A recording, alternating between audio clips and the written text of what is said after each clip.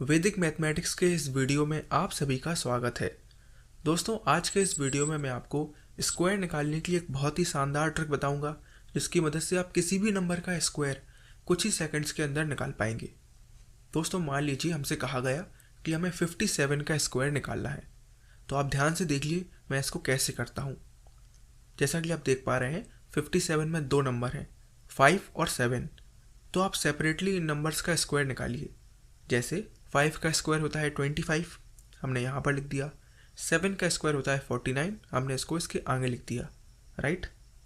इसके बाद आपको क्या करना है, आपको इन नंबर 5, इस नंबर 7 और इस नंबर 2 को आपस में मल्टीप्लाई कर देना है। तो 5 इंटू 7 इंटू 2 आएगा 70। इस 70 को आपको 2549 के नीचे लिख देना है, लेकिन पीछे से एक नंबर छोड़कर, कुछ इस तरीके से। इसके बाद आपको इनको ऐड कर देना है, तो हमें मिलेगा 3249। और दोस्तों, यही होता है 57 का स्क्वायर। चलिए मैं आपको एक और एग्जांपल बताता हूँ। मान लीजिए इस बार हमें 73 का स्क्वायर निकालना है। तो सबसे पहले हम क्या करेंगे, हम 7 का स्क्वायर लिखेंगे 49, 3 का स्क्वायर लिखेंगे 9। लेकिन दोस्तों, हमें यहाँ पर केवल 2 डिजिट नंबर को ही लिखना है, इसलिए हम 9 के आगे एक ज़ीरो लगा देंगे, राइट। तो ये बन गया 4909। इसके बाद हमें नंबर 7, नंबर 3 और इस नंबर 2 को आपस में मल्टीप्लाई करना है। तो हमें मिलेगा 42। इस 42 को हमें 4909 के नीचे लिख देना है, लेकिन पीछे से एक नंबर छोड़कर, और इनको ऐड कर देना है।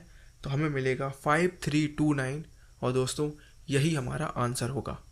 अब मैं आपको एक ऐसा एग्जाम्पल भी बता देता हूँ जिसमें 3 डिजिट्स हैं। जैसे मान लीजिए हमें 108 का स्क्वायर निकालना है। तो हम कैसे निकालेंगे, देखिए। इस केस में हम नंबर्स को अलग अलग कर लेंगे। जैसे 10 को हम अलग कर लेंगे और 8 को अलग। तो 10 का स्क्वायर कितना होगा 100, 8 का स्क्वायर कितना होगा 64, राइट। इसके बाद हम 10 को 8 में मल्टीप्लाई करेंगे, आएगा 80, और 8 को 2 में करेंगे, आएगा 160। इस 160 को हम इस नंबर के नीचे लिख देंगे, लेकिन पीछे से एक नंबर छोड़कर, और इसके बाद हम इनको ऐड कर देंगे।